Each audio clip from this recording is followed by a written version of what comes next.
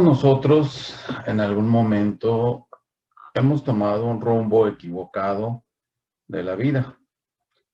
En una ocasión, Jesús relató la historia de un joven que había tomado una serie de malas decisiones espantosas. Él mismo admitía que no merecía redención. Sin embargo, después de todos sus fracasos, hizo una cosa buena.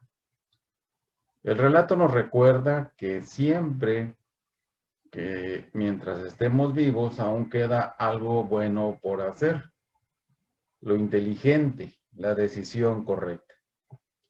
Es probable que este relato le sea familiar. Está basado en el libro de Lucas capítulo 15. Dice y nos relata ahí que un padre tenía dos hijos. El más joven de los dos se había cansado de trabajar en la granja, así que se le acercó a su padre para pedirle la herencia. Padre, dame la parte de los bienes que me corresponde. Lucas 15:12. Así que el padre dividió sus propiedades entre sus dos hijos. Y entonces el hijo menor se marchó a una provincia apartada, donde pagaría su estancia con el dinero de su padre. Una vez ahí, tomó lo que el padre le había dado y lo despilfarró con un estilo de vida exorbitante. Nos podemos imaginar la partida de este hijo en un corcel de pura sangre, los mejores en el establo de su padre. Nos podemos imaginar a este joven también con ropas lujosas, partiendo a una provincia apartada. Y llama la atención lo de provincia apartada porque él no quería estar bajo la autoridad de su padre. No quería que su padre le dijera qué hacer y qué no hacer. Por eso es que se alejó a una población muy distante de ahí. A pesar de la buena educación recibida, el jovencito era impertinente y grosero. Al hacerle esta petición a su padre, en realidad es como si estuviera diciendo: Padre, no puedo esperar a que te mueras, así que dame mi herencia ahora mismo. El padre, sin embargo, no discute. Tampoco sermonea a su hijo acerca de los peligros que hay en una vida descarriada. Prefiere dejar que su hijo siga sus apetitos. Llega un momento en el que es necesario respetar las decisiones de un joven, aunque lo lleven a la ruina. Así que el padre esconde su dolor mientras ve a su hijo marcharse por un camino largo y lleno de peligros, pero había mucho egoísmo en el corazón de este joven al hacerle tanto daño al padre al decirle que ya quería los bienes. Esto no era lo correcto ni lo más indicado. El joven tomó su herencia y la convirtió en efectivo. Va a necesitar dinero cuando llegue a aquel lugar lejano. Cree que la buena vida, una vez que comience, le va a durar para siempre. La rebelión del joven era liberada o deliberada. En primer lugar, estaba decidido a irse a la provincia apartada. Sabía que su padre no lo iba a seguir, ni tampoco su hermano tan dado a criticarlo lo iba a poder encontrar.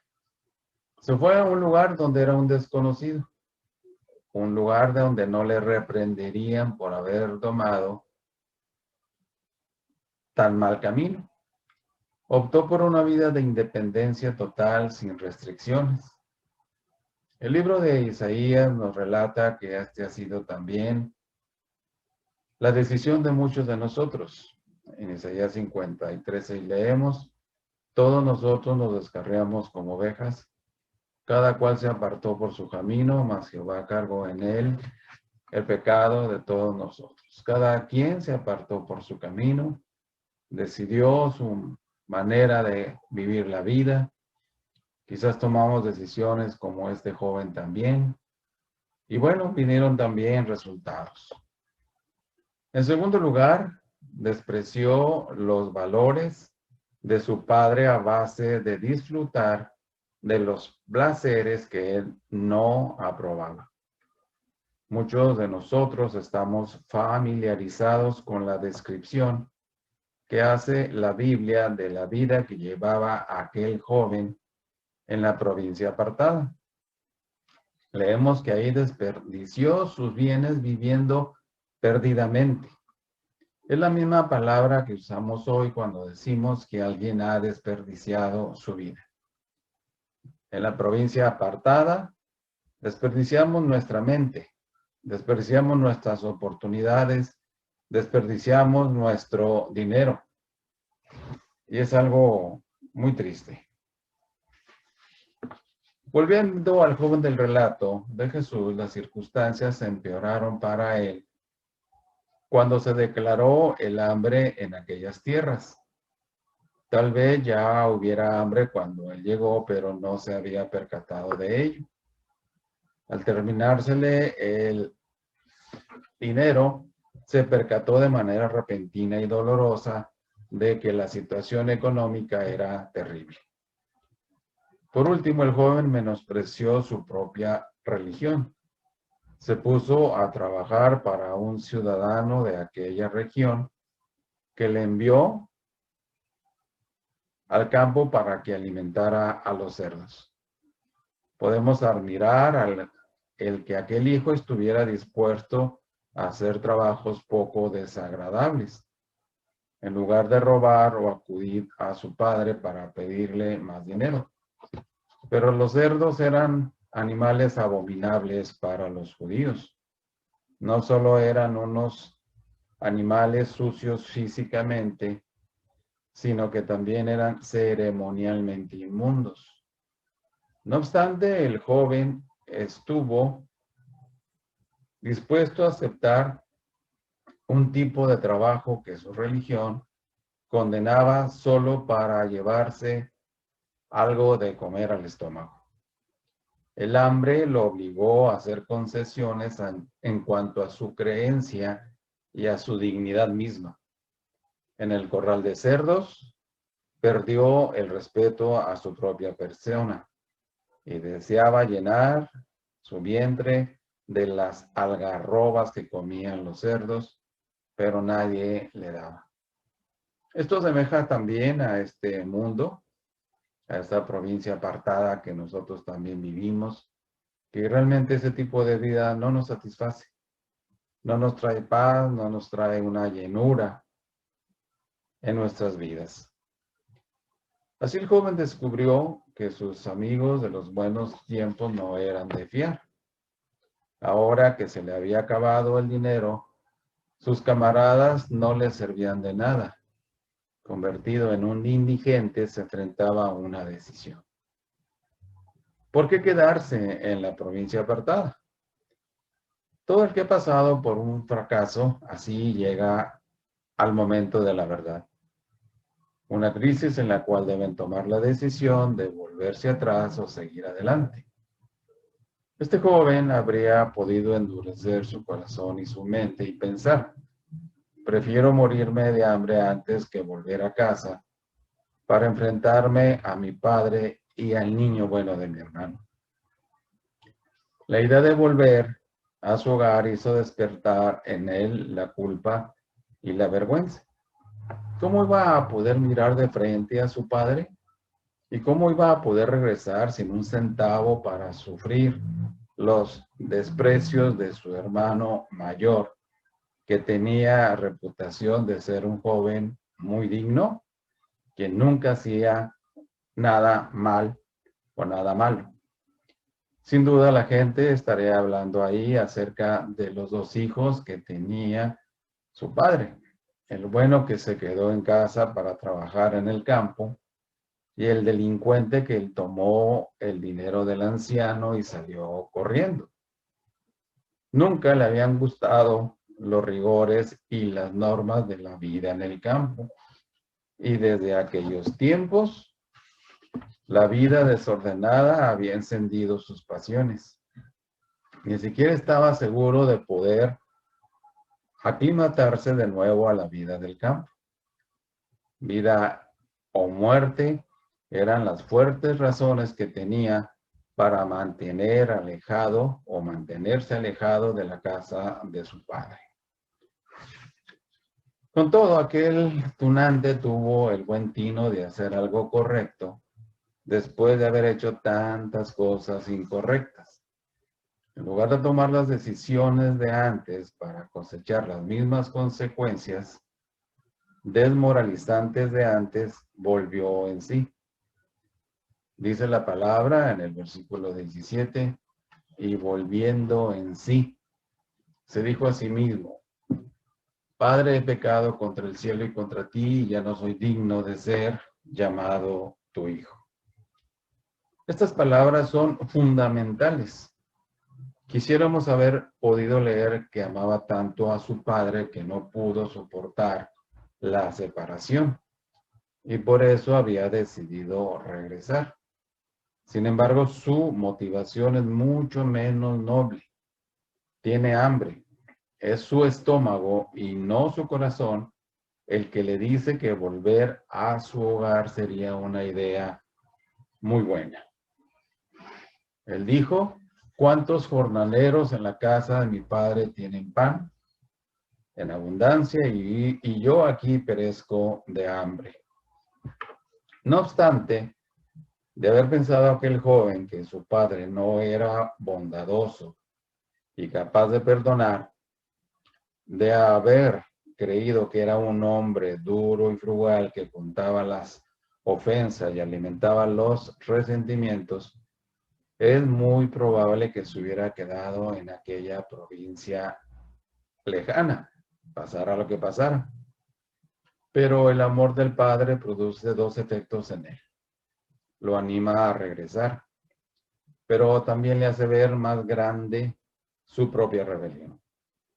Si regresa, va a tener que enfrentar a su propia culpa y vergüenza ante la presencia de un amor que no se merece. Muchas veces es más difícil aceptar la gracia que la ley impuesta con un pesado garrote. El hijo prepara un discurso. Ya no soy digno de ser llamado tu hijo. Padre, he pecado contra ti. Hazme como a uno de tus jornaleros. A pesar de todo, este jovencito despierta simpatías. Si ha destruido su dinero y su dignidad, si ha manchado la reputación de su padre y su familia, pero no trata de justificarse. No dice: bueno, la culpa tienen mis amigos que me mintieron y me gastaron el dinero. Ni tampoco, la culpa la tiene la recesión. Había mucho desempleo y eso me costó todo lo que tenía.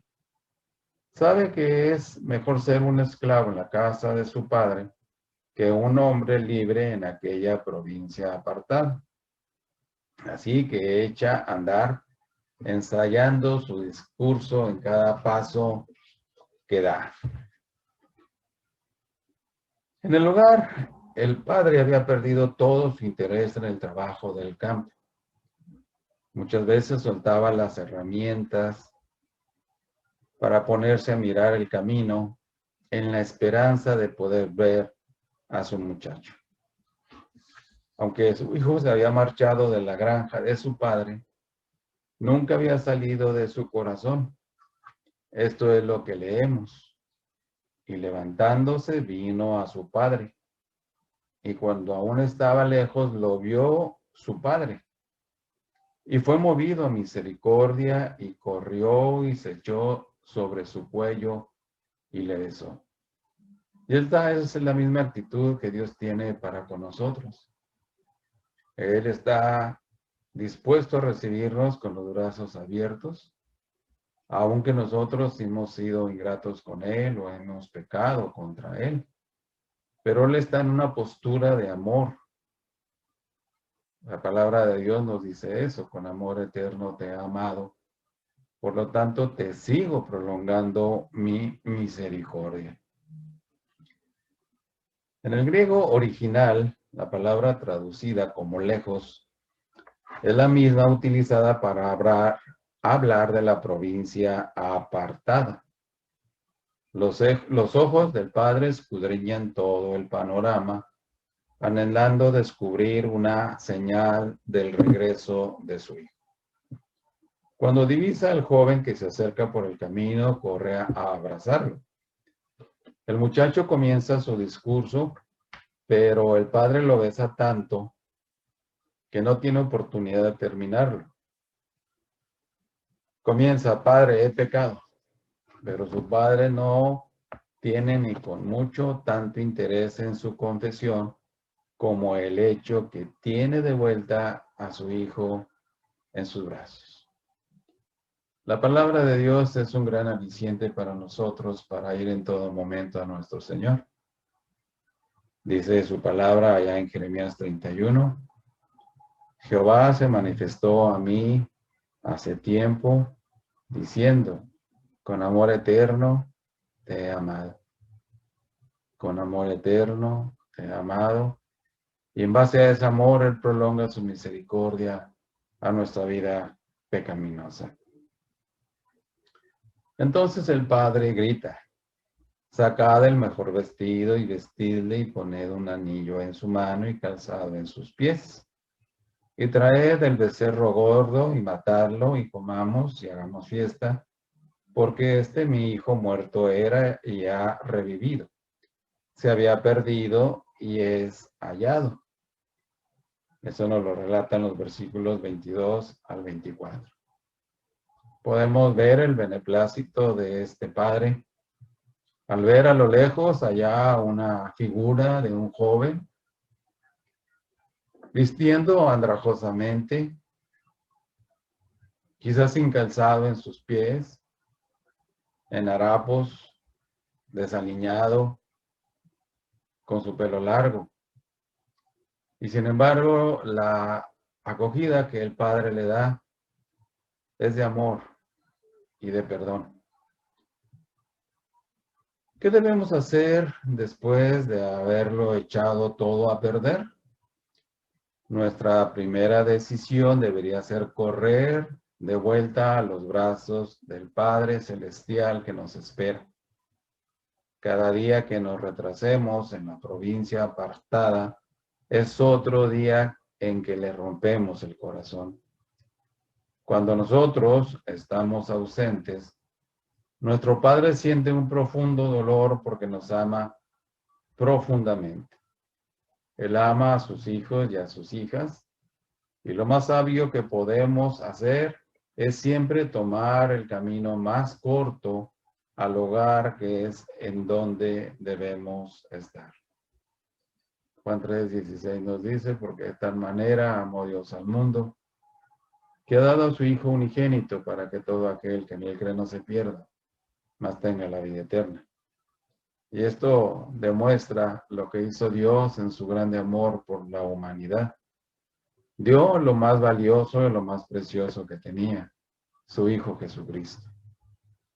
Para aquellos de nosotros que han hecho mal y bien malas cosas, para aquellos que han cometido pecados sexuales en esta semana, para aquellos que han desperdiciado egoístamente su vida, para aquellos que hemos prometido cambiar pero no lo hemos hecho, el primer paso correcto consiste en salir corriendo hacia el Padre.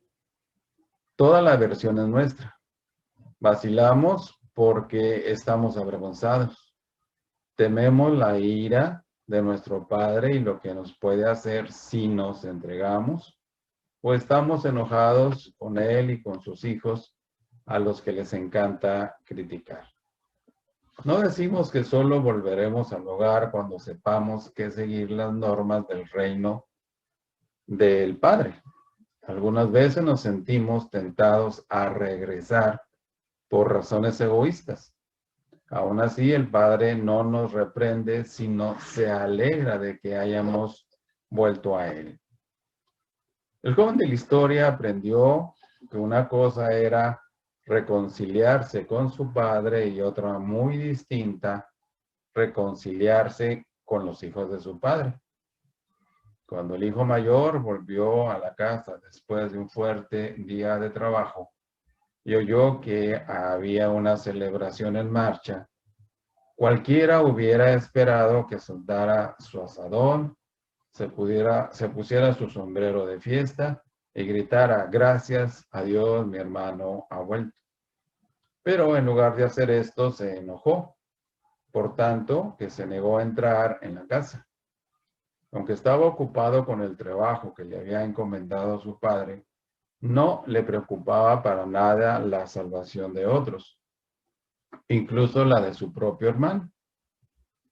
Y es algo triste, ¿no? La actitud de este hermano con su hermano menor. Así después que el hijo menor había exigido su herencia con una gran falta de respeto y después la había despilfarrado en una provincia apartada, ¿por qué pareció interesante o interesarse tanto el padre en aquel joven? Yo creo que esto se debe en parte a que por fin había hallado a alguien dispuesto a hacer la túnica especial y el anillo que él tenía guardado en el cofre de sus tesoros. Había hallado un candidato para las sandalias que habían estado esperando en un estante del portal de su casa. El padre lo regresa a su antigua condición de hijo. El hijo dijo: hazme como a uno de tus sirvientes. Sin embargo, el padre le dio la calidad de hijo que él tenía. Básicamente, el hermano mayor había rechazado esas bendiciones porque no se veía a sí mismo como hijo, sino como esclavo. El trabajo en el campo era una faena dura sin deleite alguno. Se había acostumbrado tanto a trabajar por el padre que había perdido el encanto del amor que éste le tenía y el gozo de servirle. No veía a su padre como generoso, sino como tacaño, y se negaba a disfrutar de las bendiciones que su padre le tenía apartadas.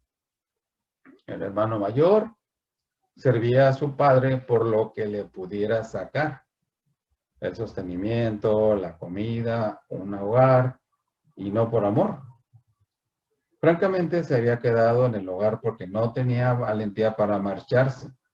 Cuando criticó a su hermano menor por despilfarrar su dinero con prostitutas, captamos una insinuación sobre lo que él mismo habría hecho con su parte de la herencia si el temor no lo hubiera mantenido en casa. La gracia es difícil de recibir. Aquellos de nosotros que sabemos que hemos pecado, reconocemos el hedor de los cerdos en nuestras ropas. No solo detestamos lo que hemos hecho, sino también lo que somos. Pensamos que nuestro pecado es demasiado grande para que se nos reciba de vuelta. Pero también están los hermanos mayores que creen no necesitar la gracia. Se comparan con los demás y ven que a ellos les va muy bien, y eso es todo. Rechazan el bondadoso abrazo del Padre y en su lugar van soportando el campo un día tras otro. Mientras parezcan buenos ante los demás, piensan que todo es color de rosa. Pero el padre le habla con ternura al hijo mayor. Hijo, le dice, usando la palabra griega teknon, término de ternura usado para referirse a un hijo. Tú siempre estás conmigo. Dios ama a sus hijos aunque ellos no quieran aceptar a sus hermanos y hermanas que han recibido su perdón. Ama a los que son difíciles de amar, y esto incluye a los que se creen justos y critican a los demás y que se incomodan por las bendiciones que se les conceden a los pródigos. A los hermanos mayores, el padre les está diciendo: vengan a la fiesta. Mañana trabajaremos, pero esta noche vamos a celebrar. La celebración consistía en el regreso de ese hijo. Muchos pródigos no son capaces de regresar al Padre porque no pueden enfrentar a los hermanos mayores que juzgan enseguida, critican y les disparan enseguida a los heridos. Pero no podemos permitir que las actitudes de los demás nos aparten del tierno abrazo del Padre. A todos aquellos que lo han echado todo a perder, yo les digo, apresúrense en acudir al Padre y no dejen que las críticas de los hermanos mayores los detengan. Dios espera ansioso a todos aquellos que se encuentran en la provincia apartada. No vacila siquiera en enviar hambre a ese lugar para captar toda nuestra atención. Las adicciones, las relaciones destruidas, los reveses económicos y la conciencia atribulada son como campanas de alarma que nos recuerdan que el Padre nos está esperando. Entonces, Él está esperando ¿qué? Que nosotros regresemos al hogar de donde nunca hubiéramos salido. Pero desafortunadamente también tomamos malas decisiones como este joven. Si los que regresan necesitarían adaptarse a los caminos del Padre y aceptarlos. Pero esta noche Él les está diciendo, ven al hogar que te estoy esperando. Vamos a disfrutar del banquete que he preparado. Mañana hablaremos sobre el trabajo. A la persona en cuya ropa se siente el hedor del pecado, el Padre le dice, tengo una túnica limpia esperándote. A la persona resentida que no comprende la gracia, Él le dice, ven, únete a la fiesta. A todos nos dice, tengo los brazos abiertos. Por mal que hayamos hecho las cosas, el Padre nos está esperando. Si tú y yo no hemos venido al Padre, es el tiempo de hacerlo. Es el tiempo en que realmente tenemos que tener este arrepentimiento en nuestro corazón. Y dadas las circunstancias allá afuera, hay una razón para regresar a Él. Todos aquellos que no han recibido a Cristo, necesitamos regresar a aquel que nos dio la vida. Aquel que por amor fue a la cruz a derramar su sangre por nuestros pecados. Si tú quisieras hacer conmigo una pequeña oración de todo tu corazón, con sinceridad, yo te invito a que hagamos esta oración y vamos a inclinar nuestros rostros para hacerlo.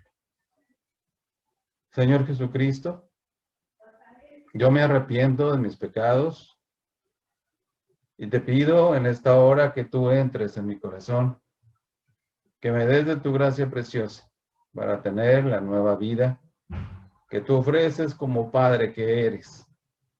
Dame de tu gracia, Señor, y ven a cambiar mi vida, Dios poderoso.